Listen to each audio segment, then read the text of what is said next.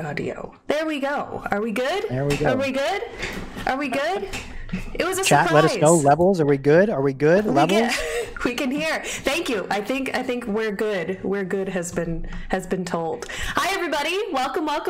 Thank you so much for joining us today. Little intros before we get started. Hi, you know me. I am Con. I'm the live streaming and community manager here at Steelseries. Let me pass on it over to my colleague, the one, the only, Mr. John Koob. Thank you so much, Con. You're welcome. You're welcome. Hey, everybody. You might know me, stream on this channel quite a bit. Global Director of Social Media. We have a very, very special guest. Assuming a lot of you probably just don't know him because you're only interested in Steelseries for free stuff. I get it. But this is a very important person to the entire company. I'll stop and let him introduce himself. Tino Soelberg. Tino, take it away. Thank you. So is that the way to do it, Coop? You give away free stuff? That's really yeah, that's actually the secret to success. It took you 20 years to figure it out. It took you reel them in. You're right. That's really smart. So yeah. Obviously, I haven't been on these live streams. Well, I have, but it's been a while. But I've done a lot of video stuff for us in the past and stuff. Because I've been around for a long time. So my name is Tino Soelberg. I do products here at Steelseries. My official title is CTO, which is Chief Technical Officer, which means anything technical. But as you will hear, I do a lot of stuff that's also not necessarily as technical. And I have my hands on a lot of stuff. I'm Danish. Steelseries is a Danish company. And so I am, well, you're going to hear about that. So I'm Danish, but I live in Chicago. My background is I'm an engineer, as many people who build products are. So I have a real engineering background, and I've been doing lots of both product development and other types of engineering stuff before. We did Steelseries. I did a lot of software development. Actually, I worked as a software developer for a number of years. Besides that, what's to say? I have a couple of kids, probably your age. They're like 17 and 22. Yes, those are our ages. Yes, that's this. Yeah, we are definitely 17 and 22. Yeah. All right. I was talking about the audience. Right. Sure. Yeah. What else is there to say? I do products. When I don't do products here, I do a lot of other stuff. I do music. Music production is something I've done for many years, and maybe we're going to talk about that as well. Obviously, that has influenced some of the stuff that we're doing in products as well. But yeah, that's a short, quick presentation. And I just have to say, Tino, you're just so cool. And I mean that from the bottom of my little heart. Is it the beard? It is the beard and nothing else. My first encounter with Tino, it was my second or third day at work, and this guy rolls into the office. This is the Chicago office for anyone curious. He rolls into the office with his skateboard and just wearing fairly casual clothes. And I'm like, I had no idea who this guy was. I'm like, who the hell is this guy? Walks up and introduces himself, and I recognize the name. I'm like, oh, that's our CTO, and he's cool as ever. And I remember he had some very nice things to say right away when I met you, and it's really stuck with me. But enough about giving you props. We want to know the dirty secrets of Steelseries, the early days. Damn, you make me feel like this is the Ski Bushimi character thing. Yeah. Hold that with the skateboard. It is true though. I do skateboard to work. That is true. Yeah, it's incredible. And just for some context for anyone tuning in, as far as kind of how the format of this stream is going to work, we have some pre-planned questions that we're going to kind of seed and ask Tino right away, just to kind of start the conversation. And then as we get through a bit of the stream, we will open it up to questions from you guys. But feel free to be asking questions right now, given that you guys know some more context of who's actually here and what we're doing. Kristen, Con, let's start it off with question numero uno. Let's get into it. Yeah. So question number one, how did everything start? And I don't know if for the newbies, for the Steelseries newbies, we were not always Steelseries. We were we were. I'll let Tino take it away. So, how did everything start? And I think we like to refer your employee number 1. Are you? Yeah. Are you? Yes. Technically, there's some technicalities there, but yes. Basically, I met Jacob Wolf Peterson. Let's just call him JWP.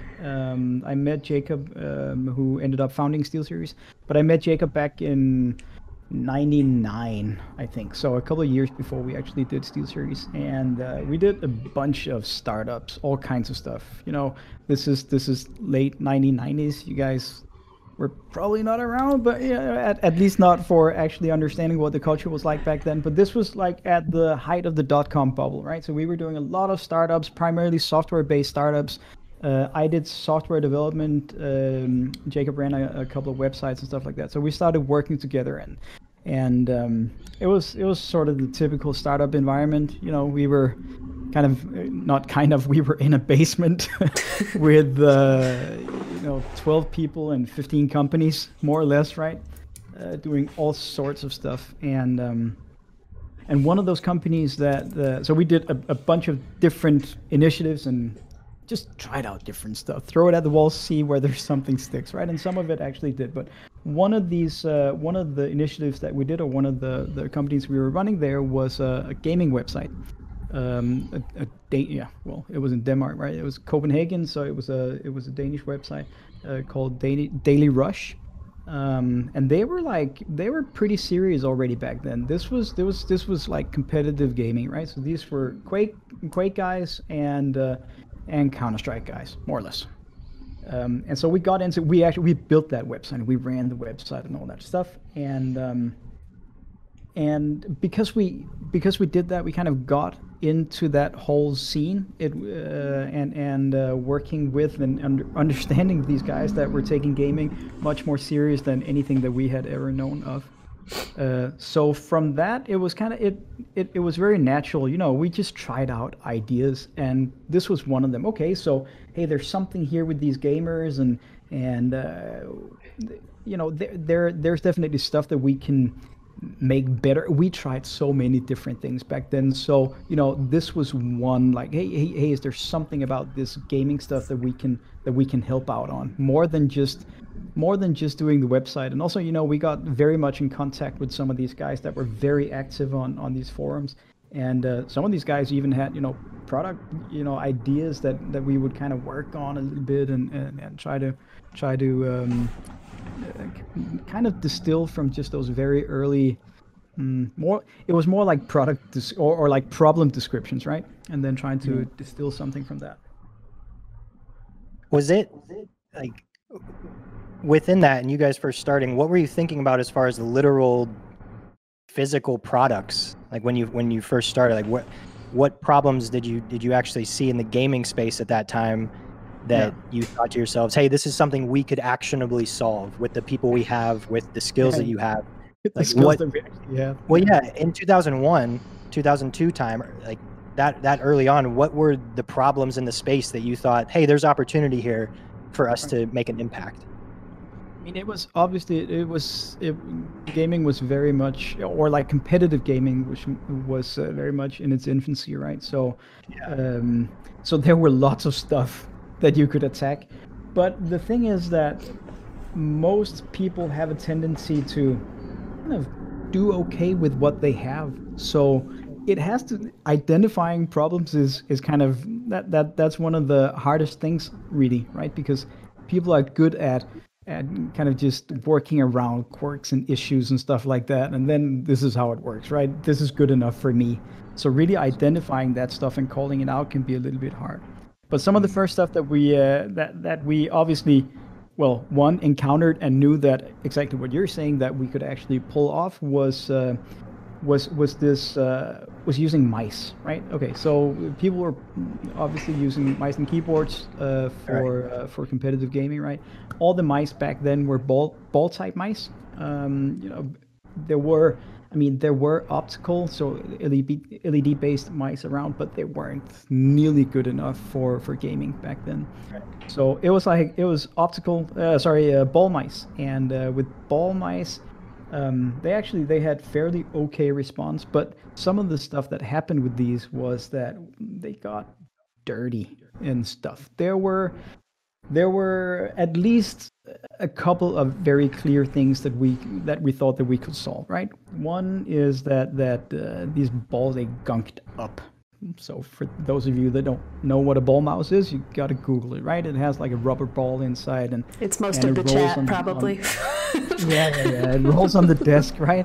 And so it would pick up dirt and dust and stuff like that. So once in a while, if you were serious, then once like per hour, every 2 hours, you had to unscrew a cap, clean whatever rollers were inside, put the ball together, right? Fairly annoying issue to have, of course.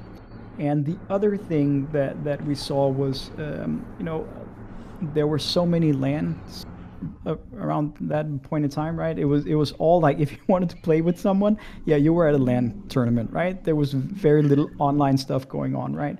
So it meant that you bunker down for the weekend with a bunch of dudes and dudettes, and you set up your setups and stuff on, let's just say, surfaces that weren't exactly perfect.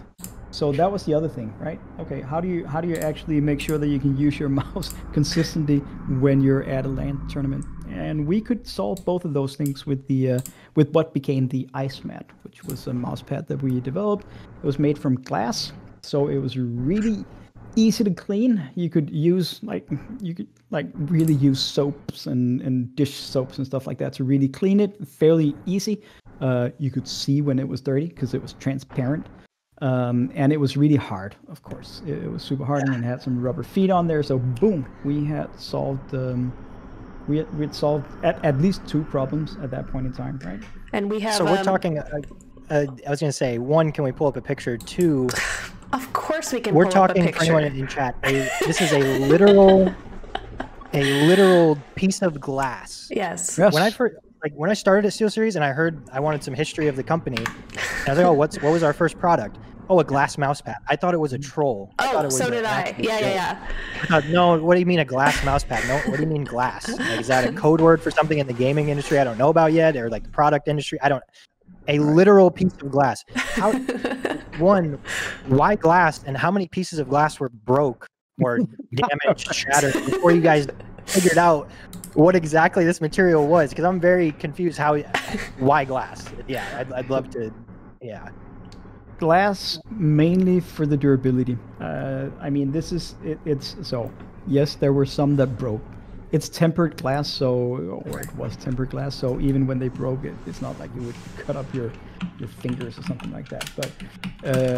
But mostly because of the durability factor, actually.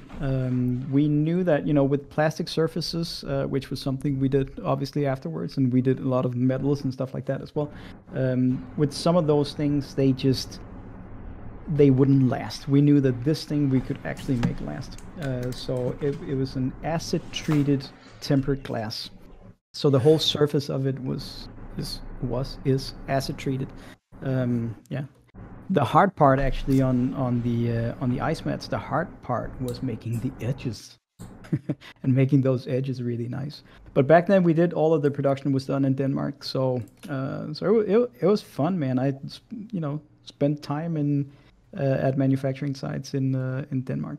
So yeah. Right. So some people in chat are asking, how many of these still exist? / what's the status of ice mats in the wild today? I know we have a couple stowed away in the office in a super secret safe, but I mean, do you have an OG one framed or something, or like what's the status of these in the wild right now? Because we'll get tweets every once in a while from people saying that they still have theirs or still in box, and that's obviously really cool. But what's the status that you know of right now as far as their existence? I mean, we obviously have some. It's not that we have loads, but we've kept some. We're pretty good about keeping a catalog and keeping copies of the products that we put out. So there's definitely some there. But we did so many different versions of Ice Mat back then. I mean, they came in so many different flavors with all kinds of printing, and there was kind of stuff we did with teams as well, right? I think the first ones was Spirit of Amiga, right? That was a pretty dope mouse pad. So yeah, we had so many versions of it. I don't know how many exists. I haven't even checked the price on eBay. Maybe I have like a really good like retirement fund. So. Yeah, someone just said that someone just said they're going for 1K on eBay. 1,000 USD on eBay. There's a couple. So well, we don't have any left. I'm sorry. Unfortunately, they're all gone. They all melted. Oh, amazing. So that was kind of the first. That was the first problem-solving piece that we did was with the mouse pads, right? And we did a couple of other mouse pads after that. So Ice Mat was the first, and then we did some pads of steel, hence steel pad, and then maybe correlate to us becoming Steelseries. So made from steel, and we did some stuff in plastics and all kinds of stuff. But actually, for a while there, for the first 3, almost 4 years, we only did mouse pads. That was our business. We became really, really, really good at mouse pads, but that was kind of our business. And then in about 2004, we were established enough that we thought that we could take on something a little bit more complex, which was audio, right? And again, there was definitely a need for that in the market at that point in time. There were no dedicated, like really dedicated gaming headsets, So what is that, right? What is a gaming headset? For us, it was something that had to have a lot of comfort. It had to be super comfortable for really long sessions, right? Gaming sessions is typically, gaming sessions are typically just longer than your average like music listening session. So comfort was really important. Audio quality, which was decent, of course, and maybe in some cases really tweaked towards something specific in games as well. So there was a need for that. And then the microphone. And they just didn't exist, right? What was used at that point in time were it was like communications headsets and on-ear headsets. We did have 1 or 2 other guys out there trying to do something that was gaming, but really it was just derivatives of on-ear headsets that were used for phone companies and stuff, marketing stuff. Right. And we have some like internal jokes, and it's even in some of our ads where, you can tell me if this is true or you encounter this, people would tape microphones to the side of their face even as they had a regular headset on. They would tape mics to the side of their face. Is this stuff like, were these use cases that you saw, that JWP saw, and you thought, hey, this looks really crappy and we just know we can do better, so let's just do it? Was it as binary as that, or what was the path seeing the problem? No, it was absolutely as simple as that. It was spending time with the guys that were really serious about this stuff from the very beginning, right? Instead of so we weren't targeting casual gamers. That wasn't at all what we were targeting, and it wasn't the crowd that we were in as well. It was super competitive all the way from the beginning, right? And so the problems you have are very different when you're a little bit more serious, because it's important that microphone quality is excellent, not because you want to sound cool on stream or something like that, but because that's the way you win games, is by having really good communication, right? So obviously it was really as binary as that. Is that okay? Why? There must be something. We've got to be able. There has to be something better than using these crappy solutions. I don't know whether people actually tape them to their faces, but they definitely tape them to headsets. That much I know, right? For sure. Someone in chat saying they wore a Steelseries headset and then they put the mic around their neck. So we've got some crafty ones. We've got some crafty solutions. And I think, what happened after that, I think the next kind of problem-solving thing we came into was looking at the keyboard performance.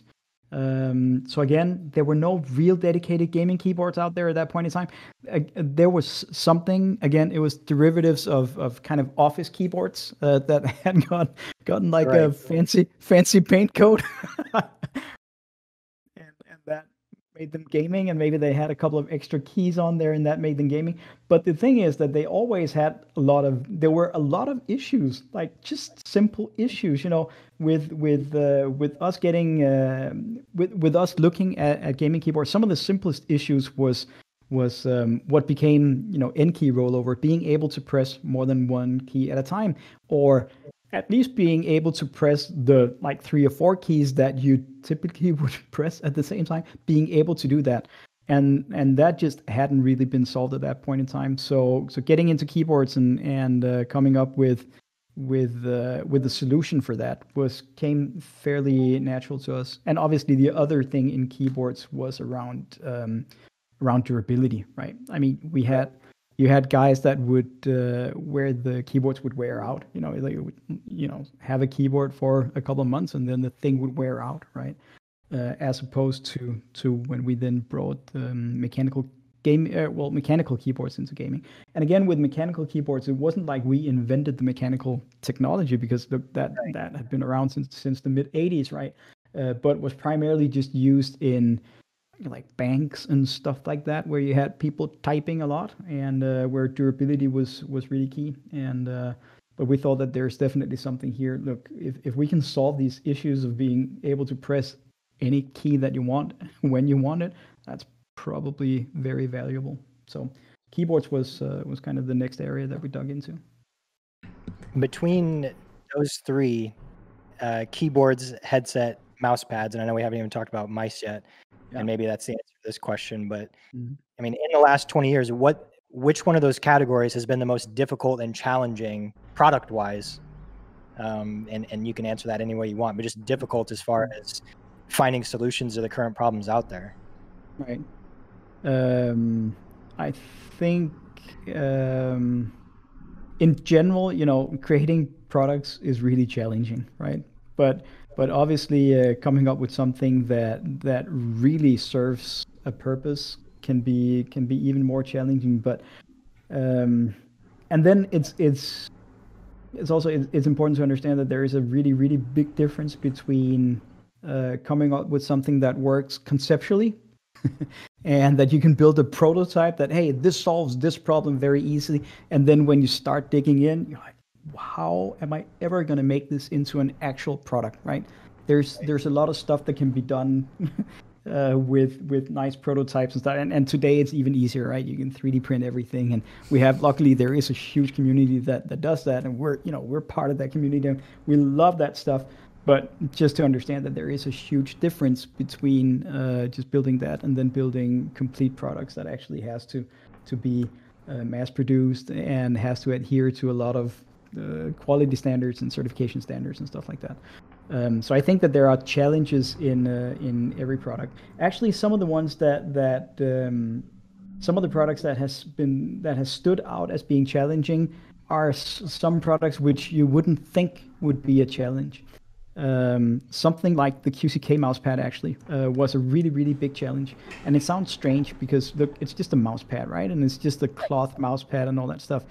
The real challenge with doing the QCK back in the day and now, actually, the real challenge there is to get a consistent quality. So back when we proposed that we were going to get into these cloth pads, we started digging in and how do we do the manufacturing and that stuff. And it's not like cloth mouse pads hadn't been around, right? But they had been around in a very different form. They had been around in a, okay, we can, we'll kind of hand these out, at the cash register when you buy a carton of milk, right? That was kind of, that was the level that that cloth mouse pads were at. And we wanted to do something that was much higher quality. So when we started engaging, with the kind of vendor setup that's needed in order to do mouse pads, right, they were just at a loss. There's no way that we can give you that quality. And we try, like, okay, we can double the cost. We don't really care. We just want it to be really, really high quality. And how we ended up doing it is we ended up having our own staff on the production line at every single production batch at all times, sorting out every single mouse pad. That's not exactly what happens now, because now we obviously it's almost 20 years later and we have much better setup and all that stuff. But in the beginning, that's how we did it. We simply had sorting. Staff members in the warehouse that the products were being made, In and the actually factory, when it came, touching the product as it's going through the line. every single product that came off of the production line was touched and checked and all that stuff, and rejected. And we had a huge rejection rate. We had, over 50% rejection rate. The good thing is that, these mouse pads are made from natural rubber, so we could reuse the material, right? So you can reuse, you regrind it, you get it in there again. So it's not like we were just throwing out half of the production. But yes, that was the way to do it. So the QCK was actually really hard. But we've had there's a lot of products that's been interesting and hard to work on, right? We did a controller, the Nimbus controller, which was done for and in association with Apple. That's interesting. Of course, a company like Apple works in very different ways than Steelseries does, and kind of has I wouldn't say other quality standards. Not that they're necessarily higher, but there's just a certain way to work with that. So that's been very interesting as well. Other surprising products actually are some of the cheaper products, or some of the like entry level products, mice, the Kinsu, the Rival 110, the Rival 3, products like that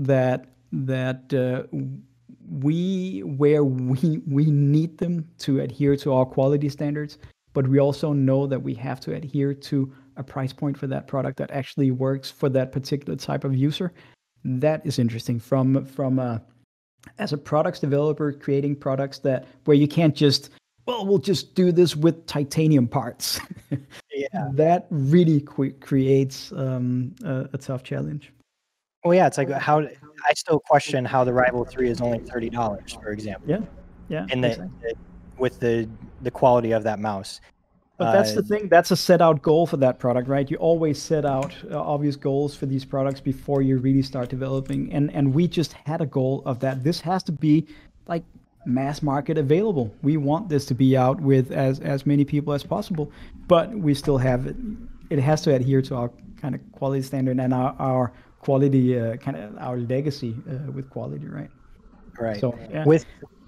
And along that note, especially with the mouse pad and the diligence that we took and we take with mouse pads, compared to our competitors in the last 20 years, what's a specific product of ours that you're extremely proud of versus what else has come out in the market? And that might be recently versus something in time, a specific period in time where what we put out into the market was significantly more awe-inspiring, quote unquote, better than what was out there. What was something you're extremely proud of in your career?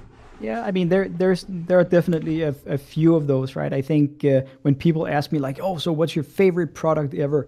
It's always, I always answer with, it's the products where I think that we made a real dent in that category of products. We really came with something. We really invented something here. In some cases, we actually made up that category of products. So with the headsets, for instance, right? We made those up, and with the gaming keyboards, we made that up.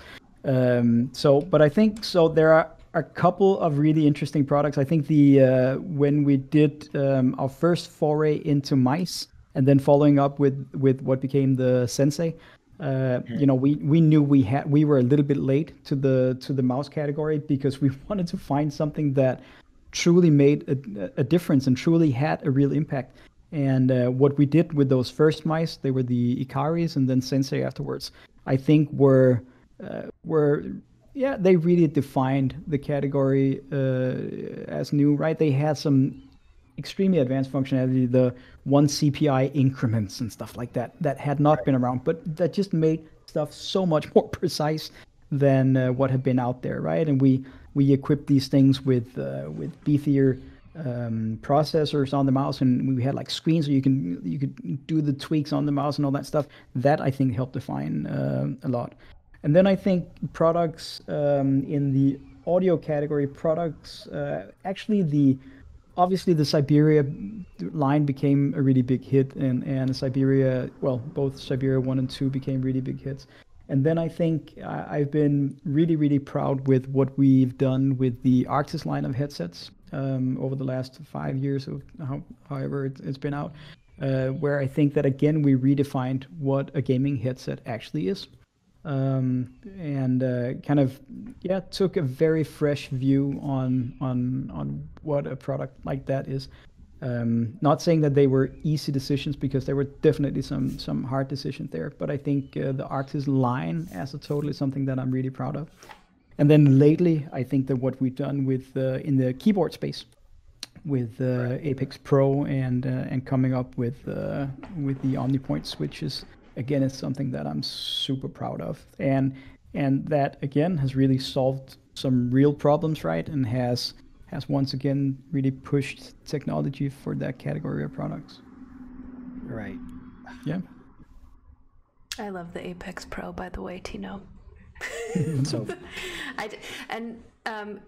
is it more difficult to try to redefine, a certain category when other things are out? Like when, I'm sure when you start at the beginning, when you talked about Ice Mat and everything, you said things don't exist yet, like a mouse pad doesn't exist like that yet. How do you look at competitors, and how do you look at other products out there, to get inspiration on how to redefine now that there are so many things out there?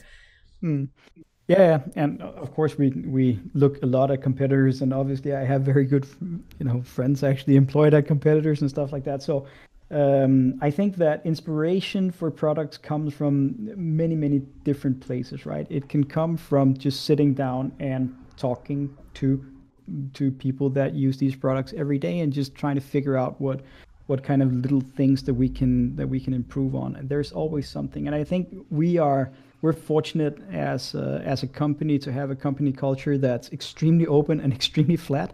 And by the way, my guess is that 90% of our employees are somehow gamers, will define themselves as gamers, which mean they really do spend a lot of time on gaming. So every bit of chatter that you see in the office or on our internal Slack channels or whatever is that lifestyle. Yeah. So it's very easy to get inspiration from that side of things for sure. We as a products team, we obviously look to many other industries as well, right? Because there's always something interesting in kind of trying to see whether there are kind of coexisting problems in different industries, and there definitely is in many cases, right? So I'm very open and I'm very active in other types of industries as well. Like I've done everything from design drones, right? Really design drones. So I have like my open source drone designs out there, to doing all kinds of stuff with instruments, because I have a long background with music, right? So looking at other kind of businesses or categories like that, you can get a ton of inspiration from that as well. But I think the one thing that we are maybe a little bit different is that it's very crucial for us to always solve problems with everything we do. And I can tell you that it's not easy to get a product concept through in Steelseries. You're getting scrutinized very hard, because basically every single person on the team lives that lifestyle and knows what we're actually talking about. You're not going to get away with some marketing talk about some product that's just phenomenal, because look at these other bits and bobs and look at flashes. Yeah, that's not gonna roll, right? It's a pretty rough process getting products through, and we reiterate a lot of products, of course, all the time. Okay, so we did this thing. What is actually wrong? What could we make better? Because a product is never perfect. Right. Yeah. With something like the OmniPoint switches on the Apex Pro and Apex Pro TKO, when we came out with that product, it was summer 2019, I believe, fairly close to when I started, a couple weeks after. Yeah.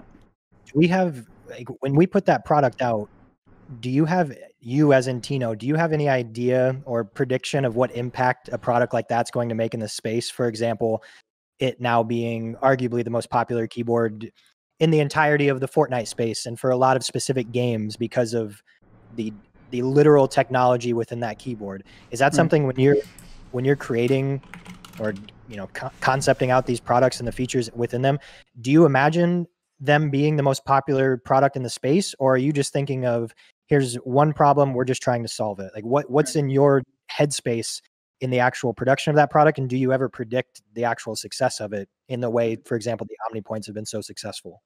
I mean, there are obviously products and problems that I feel from the very beginning, from the get-go of a product, where I feel that, okay, this feels important.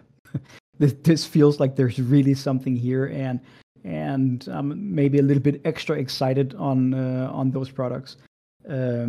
So something like OmniPoint, did I know that it was going to be the success that it ended up being? Not exactly, but I knew that there was really something there, right? We worked a long time on OmniPoint, right? We built up the first functional prototypes of OmniPoint back in 2014. We applied for our patent for that technology back in 2014. So we've spent a lot of time on perfecting that. So there has definitely been a belief that, hey, this technology is groundbreaking enough. It will definitely make you better, faster, all that stuff, enough that we actually wanted to spend 4 years perfecting it, right? So yeah, there's been a belief there. And another example actually was back when I proposed to do the what was then called the H wireless, which then became, well, a derivative of that became Siberia 840, and again a derivative, modern day derivative of that is the Arctis Pro wireless. When I first presented that product internally, I presented a product that had more or less everything in there. It had all sorts of features and functions and OLED screens and battery systems and all kinds of stuff. It was never seen in the market, but I knew that there were just so many things that I was solving with that.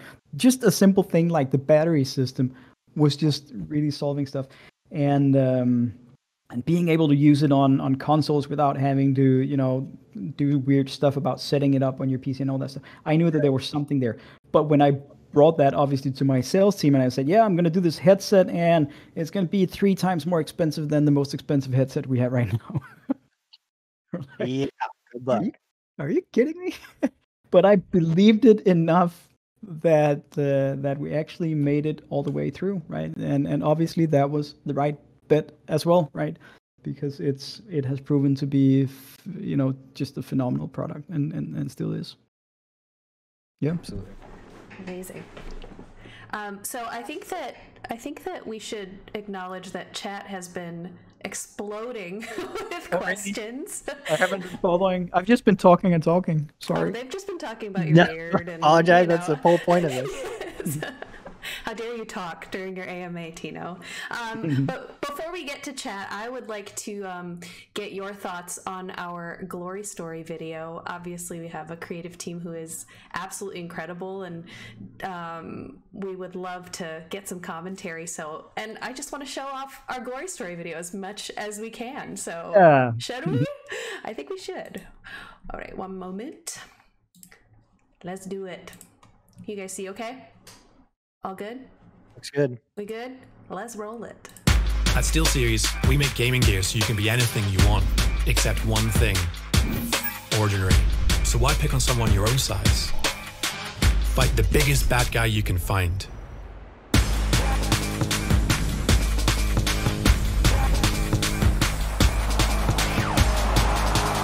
Why score a regular goal? Do something that makes your opponent lose their mind. Why build a boring little house? Create something nobody's seen before. Now that's beautiful. Why waste your ammo on this guy? He's so good at games he just nades himself to death. And why settle for just one trophy? Send us a DM when you win 10. That's the mentality we love at Steelseries. And that's why we make the gaming gear you need to destroy ordinary. So get in game and go for glory. So good.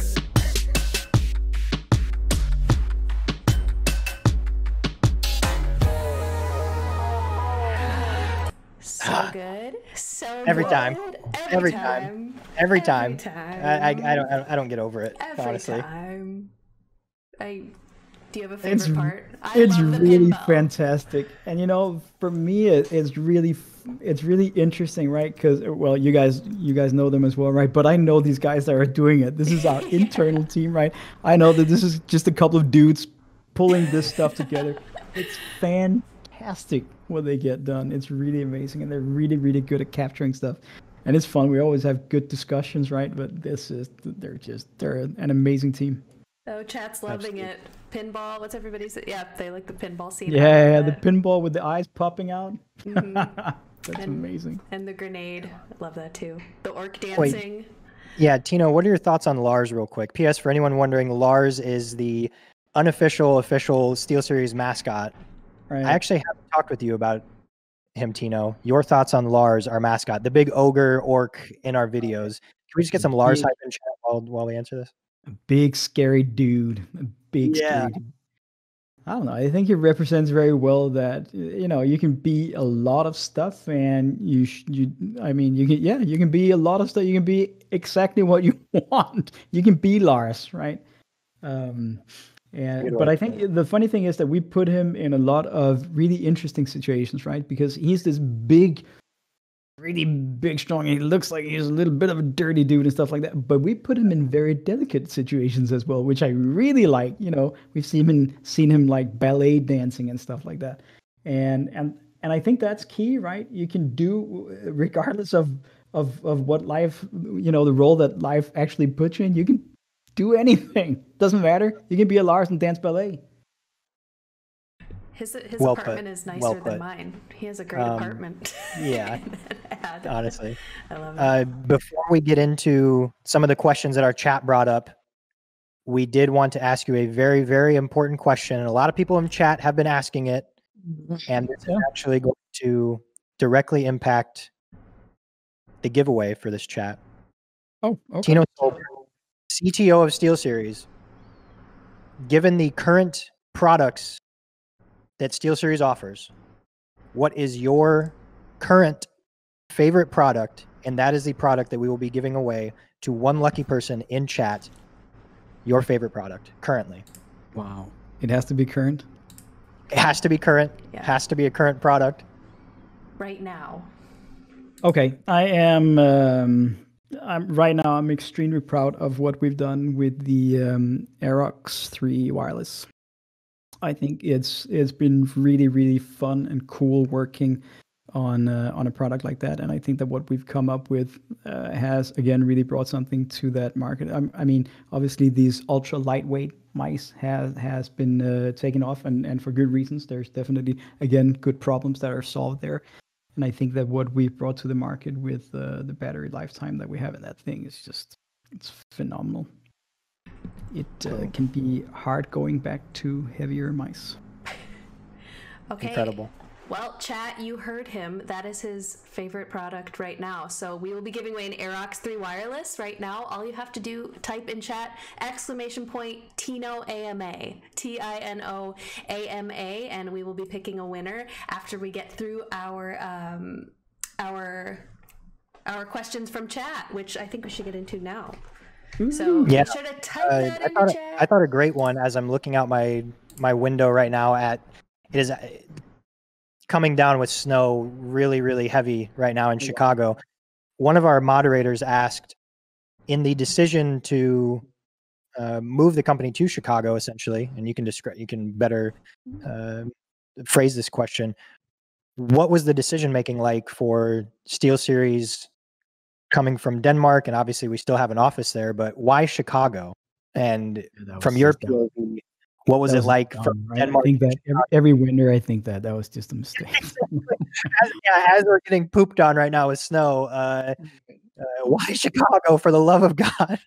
Right. Okay. So, well, a couple of, I mean, there's a definitely a couple of reasons there. One, we have not moved the company to Chicago, right? Steelseries has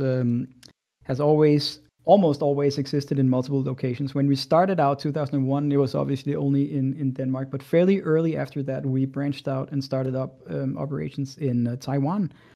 So we've had offices in Copenhagen and Taiwan already back from 2004. When we set our eye on, okay, we're ready now. Back then, we were very focused on the European market, and we wanted to expand into getting actual presence in the US market as well. And so we set our eyes on setting up some sales operations and stuff in the US. And for various reasons, mostly because of the team that we picked, they were Chicago-based. We ended up in Chicago, which, I mean, we haven't regretted for sure, but ended up here.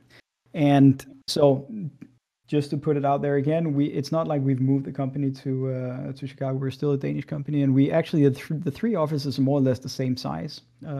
So Copenhagen, Chicago, and Taipei. Yeah, but yeah, every winter I have that exact same thought. Why? No, and we'll just go rapid fire with these questions specifically from chat. A lot of people asking, and especially earlier in your intros, is, are you yourself a gamer / what games do you play? If so, and what's your experience with interacting with or in the pro gaming scene? Yeah. So I've never seen myself as more than a mere casual gamer, and I still play games, but very casually, for sure. When I do play, it tends to be two different things. Either it's FPS stuff, or it's like cyberpunk-ish stuff where I can just be myself. And I've played a lot of GTA in the past and stuff like that, where I can just be myself and kind of roam around and do some stuff. And then, yeah, a little bit of FPS. But actually, what I think that has been one of the keys to how we ended up where we ended up, right? I talked about us, interacting with this community very early on, but it also meant that once we started really digging in and had to come up with something that was a little bit more complex than just mouse pads, and understanding those real issues, those real problems.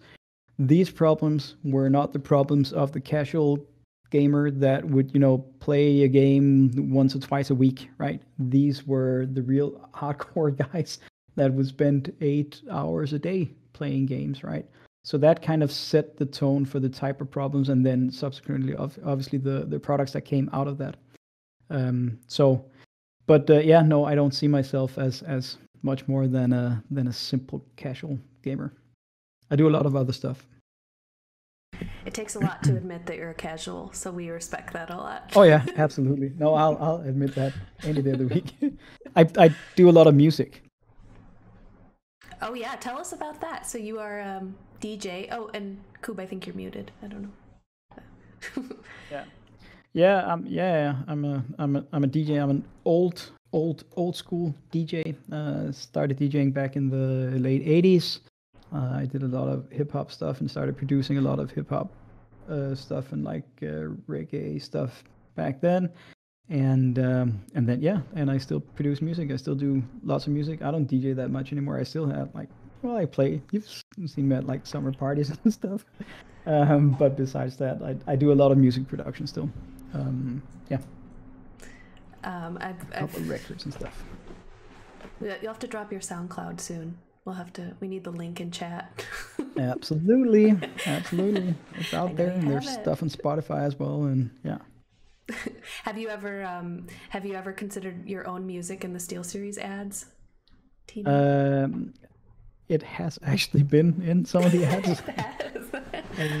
But the type of stuff I do is not necessarily really good for those ads. I do a sort of melancholic synthesizer-ish stuff. So it wouldn't really fit. It was actually in some of the earlier ads. But most of the music we have in our ads is actually made in-house as well. Oh, right. Which is pretty cool. I love that. Tino, and this is kind of a looking forward question, not to jump the gun, but it's being asked in chat. Mm-hmm. Something, maybe it's a new category or new type of product that you're looking forward to getting your hands on Obviously, don't reveal anything you shouldn't be revealing. I don't need to tell you that. But I was going to say, or we already have our hands on. Right. Something in your tech space that you're excited to get into that we're maybe not necessarily into or publicly into right now. Right. So yes, I mean, just if we look at us and some of our colleagues in the business, there are obviously some product categories where we don't yet have products in the market, right? And there are definitely some of those categories where we feel that there are problems that can be solved. So you shouldn't be surprised if you see products in kind of adjacent categories to what we currently do in the Steelseries brand, of course. I think that streaming in general is interesting, and I think that clouded type gaming experience is really something that we take very serious. We've been very serious on kind of the mobile aspect, the mobile type gaming for many years, right? Which is why we ended up doing this controller with Apple. And I think that experience is just going to get incredibly boosted once cloud really takes on. So I think that part is going to be very interesting. I think it's going to be very liberating for a lot of people not having to deal with the whole rig, and I think that it's going to introduce a lot more people and maybe a different type of person, and we're going to see games being different as well when they're kind of when you can kind of turn them on and off exactly as you want. Maybe it becomes even more lifestyle than what we see now. Speaking of lifestyle, you get to pick one celebrity alive to be sponsored by Steelseries. Who would it be? Wow. That one's tough, man. I don't know. That was a chat requested question. Wow. That one is really tough. That's a good question. I have my hero. I'm an old sci-fi nerd, right? So maybe it'll be someone that does stuff in like old school sci-fi flicks. Or Star Trek character. Could it just be a character from Star Trek? Yeah, maybe. It can be a character. We got Henry Cavill, practically. I mean, yeah, we have. Yeah, oh, I was excited about that. That was fantastic. Right. Yeah, I think no, I'm an old sci-fi guy, and I was very much I am very much into Star Trek. So William Riker, number 1 from Star Trek: The Next Generation. He's not the captain. He's number 1. I really like that character. That guy, I would love to sponsor. By the way, I'd love to hang out with that guy as well. Hell yeah!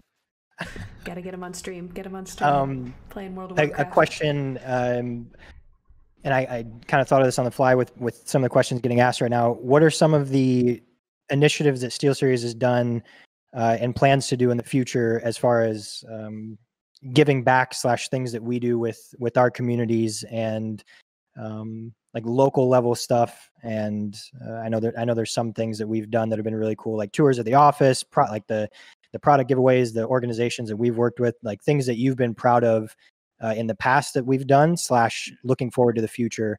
How Steelseries, besides just products and software, how we give back and what we do. Obviously, I'm really proud of what you guys are doing at the moment, right? With working with organizations right now, with all the incomes and all that stuff. That's fantastic. I'm so happy that we're actually able to do things like that.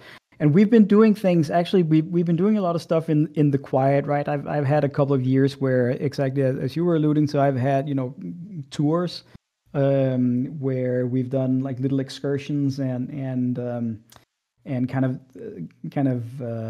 sort of classroomy stuff. We get a bunch of high school kids in, right, and we give them the tour and we give them like a full treatment with like explanations of how to do product development and things like that, and giving back that way, trying to open people's eyes to there are a lot of opportunities in life. So I think that the more that we can do there, and I'm super excited that we actually that we feel comfortable enough now to actually go out and like what you guys are doing on stream it's freaking fantastic. So as I said, we've been doing stuff sort of in the hiding where we haven't really talked about it a lot, but now being more vocal is fine, as long as it doesn't get to be sort of just a marketing stunt, which this is obviously not. Right. A couple of technical questions about potential products coming up, and maybe you'll have to just say no comment on a couple of them, which is perfectly I can say fine. no and nod my head at the same time. Yeah. A couple of things, and it's a question we get all the time. Noise canceling headsets and smaller keyboards, and what the we can say no to all of them, but would love your POV on where the market is with those. Right. And I think again, take the Airox 3 wireless and what we did with that. Seeing trends in the market and how we adapt and make them better, and maybe that's how it's framed. Yeah, and I think again, both of those are real problems that are solved, right? So it would be very weird if we wouldn't dig in and do something like that. I think definitely this idea of having the 60% keyboards and stuff like that, I think is obvious. Whether it's a trend right now, again, it definitely solves an issue, right? Just having desk space and getting rid of the clutter. So I think that's an interesting category to get into. Noise canceling on headphones is interesting. It's a very tough one to actually solve really well, especially for gaming, I'd say. It's a little bit easier if you're just catering to music, music in general. The thing with gaming is the latency is so damn important. That we can't have anything mess with our latency there. So solving that in a really, really good way is hard. So it takes a little bit of time. I think that's all I can say, that it takes a little bit of time. Yeah, fair. And I have to ask, not only for the fans, but for most of the Steelseries staff who has been in the chat, any plans to bring back the Merc stealth keyboard? I was just waiting. I was just waiting for it. Oh, here they come, out of the woodwork. Oh, God. Okay, so let's keep with this theme of solving problems. Merc, okay, but listen, Merc Stealth and the Merc before that actually did something, right? It actually did have something that was interesting. That butterfly pad on the left-hand side was absolutely an interesting feature, no doubt about that. And it does solve some problems. There is, I can say that very clearly, that there are no plans to bring it out, at least in its current form. But some of the problems that it solves are, they could still potentially be there. So maybe. So next question. That's what he's saying. Next question. When? Next. How much? So when? Yeah. Not gaming related, but we are fielding all these questions in chat. Would you rather only eat your favorite food for the rest of your life, or never eat your favorite food ever again? And what is your favorite food? I would give up on that one favorite food. I love food. I eat so many different types of food. So I would rather just give up on that one favorite food. And then the question is, what is it? That's a good question. It's always context dependent. Yeah, always context dependent. Yeah. A couple people were complimenting your Wolverine-esque beard, and we might as well give it a shout out, because that's we're it's been a lot longer. Yeah. So in the picture you guys chose, it was like that was a full-on beard. Right. And speaking of pictures, maybe now is a good time to get into. We have some. As people are still entering this giveaway for an Airox 3 wireless, the mouse currently in frame of my camera, which is Tino's current favorite Steelseries product that's available. We wanted to get into a few throwback pictures that Tino provided us. Okay, good. Yeah. Go ahead. We have a couple pictures Kristen will be pulling them up, and we just want a little backstory here. Is this going to be embarrassing? No, we're just We gonna don't look know. at this. We don't know. Oh Lord, I haven't seen this.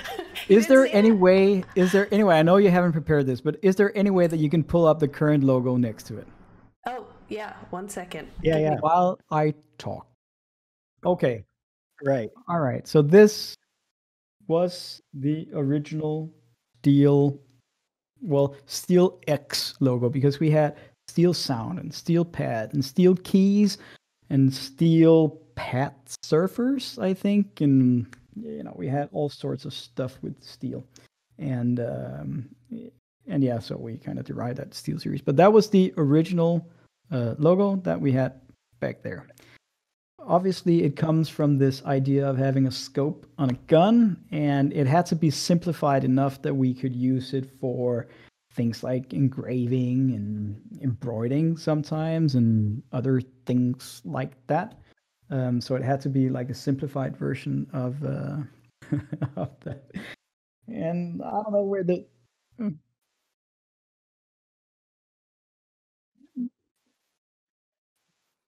I can't. How can I only? I'm only seeing like the new logo right now. Oh, really? Can you Oh, see there you both? go. There we go. Okay. Yeah, compare and contrast. People on stream can see the old one versus the new one. It just a little bit of a difference, just a tiny difference. There we go. Well, yeah, but it's a derivative, right? So the idea is that it's a scope still, right? Where those dagger things, where they came from, I don't really know. On the S and the L, I'm not completely sure. But when we revamped it in 2007, it was kind of okay. Let's do something that has that tells the same story, but obviously in a version that's a little bit more updated and honestly works better. That's just more easy to read, basically. Right. And we get this question. Yeah, thank you for bringing that up. That was great. No problem. People ask this all the time, almost every stream. What is the logo? And I think we can maybe squash it right now, because an official answer from Tino. So the official answer is from the guy that actually designed it. Yes, hello. Yeah. Is that it is a sniper scope from a gun. And it has a little, I think the things on the left-hand side there would be like distance measure things, and I don't exactly remember what the one in the top left-hand corner is. Maybe it was some other targeting mechanism. So it's like from a gun or a very advanced gun on a fighter jet, I guess. That's the best I could tell. And yeah, then the new one is a derived version of that. You heard it here first, people. We did it. We found out. Yes, so it is not a chicken, and no, it is not a dude wearing a headset. I've heard them all. And then this one, we just want to go over all of these. And oh Lord. Listen, Tino, okay. you gave us these. I know.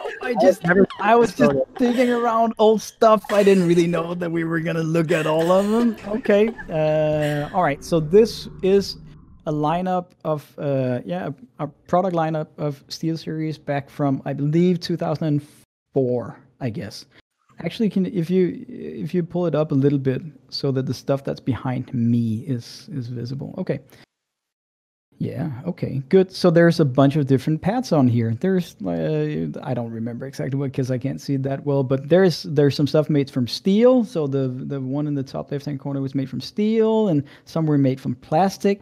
Oh, and then we had the one in the top right-hand corner was kind of a combo where it was a mouse pad and a mouse. It was actually a Microsoft mouse, and we named it the aimbot. But we had accessories already back then, right? There was a cord holder, and there were like grips that you could put on your mouse, and there were pad surfers that you could put under your mouse, and all kinds of stuff. And obviously there was a design theme around these, as you can tell, right? So basically the theme was that they followed the same overall design with this kind of belt that went around them, but we wanted them to be unique, so they had really individual and really colors that really stood out. I gotta shout out the gaming glove too. I gotta shout out the gaming glove. Again, I take full responsibility because I will break down and say that I actually did all of that packaging design. I think someone emailed me or someone else like a year ago and said, "Is this real?" Because it was on Amazon. I think someone was selling it on Amazon, and I went, "I don't know," and I had to look it up too. But amazing, love it. Yes. It was very fancy for 2003, 4-ish. There's like some fancy writing in the back, like matrixy stuff. It was like ping routing from my home to Steelseries.com. Or yeah, it was terrible. But anyway.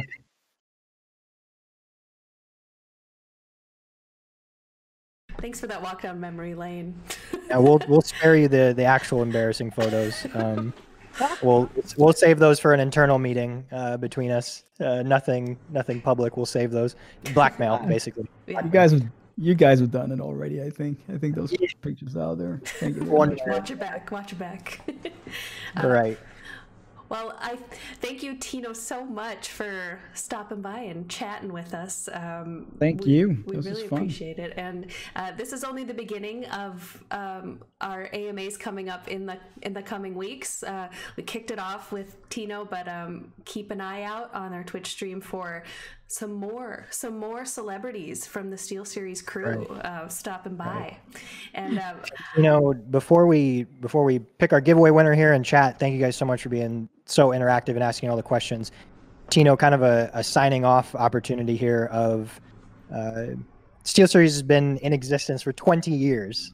Pretty incredible. Not a lot of companies in general, let alone in the gaming space, last that long. We have been considerably a David amongst Goliaths in the industry, and we have really made our mark in the last 20 years. Yep. Would love for your words as serious or not that you want to say, but about 20 years ahead.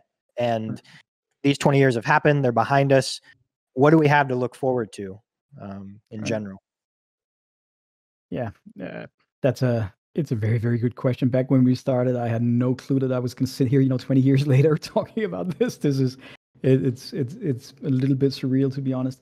But I think that, because we have been very serious about our customers, you guys in the chat, that we've been very serious about that from the very beginning. It has led us to make a number of really good decisions. We've certainly made some bad ones as well, but I think that has led us to do a lot of the right things. And I think that as long as we keep that mindset, I think that we will continue to bring out products that delights, you guys in the chat, our customers, and help you get better experiences when playing games. It's not that they magically make you better, but they can help, and they can definitely make the experience better, and sometimes the learning curve a little bit easier.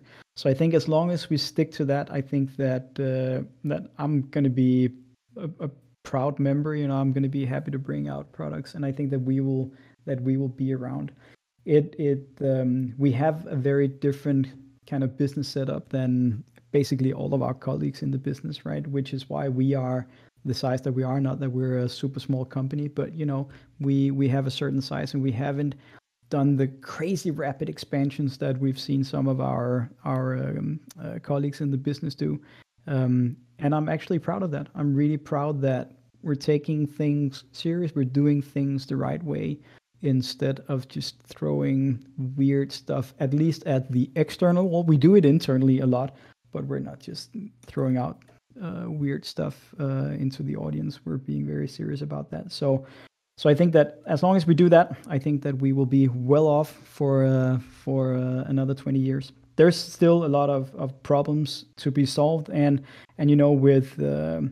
with each new thing that happens in gaming or in society and the world altogether, there's always going to be new problems that we can try to solve in better ways. So yeah, I think that we will keep our focus on gaming as we've done all along, right? We haven't really strayed from that, and we won't stray from that. I'm sure about that.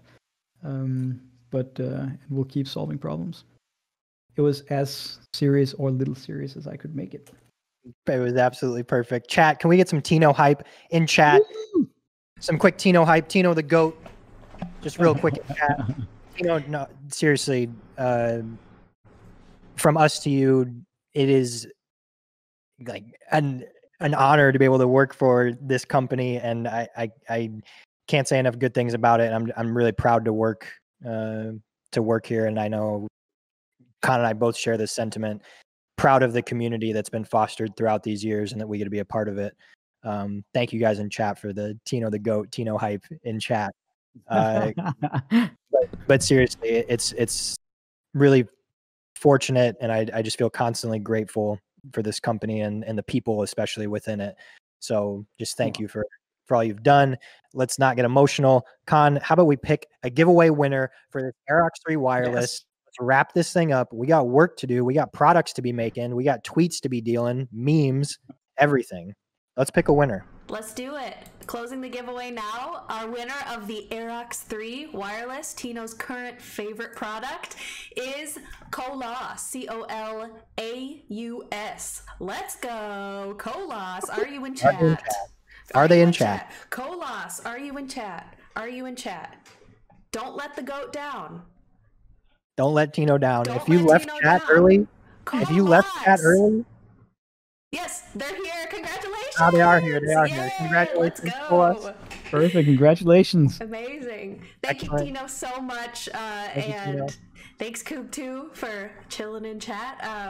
We are going to sign off, but catch us on the stream in the coming weeks. More of this to come, and happy 20 years Steelseries. We're happy to be here and happy to be working for you guys. Thank you. Thank you guys. Bye. Chat.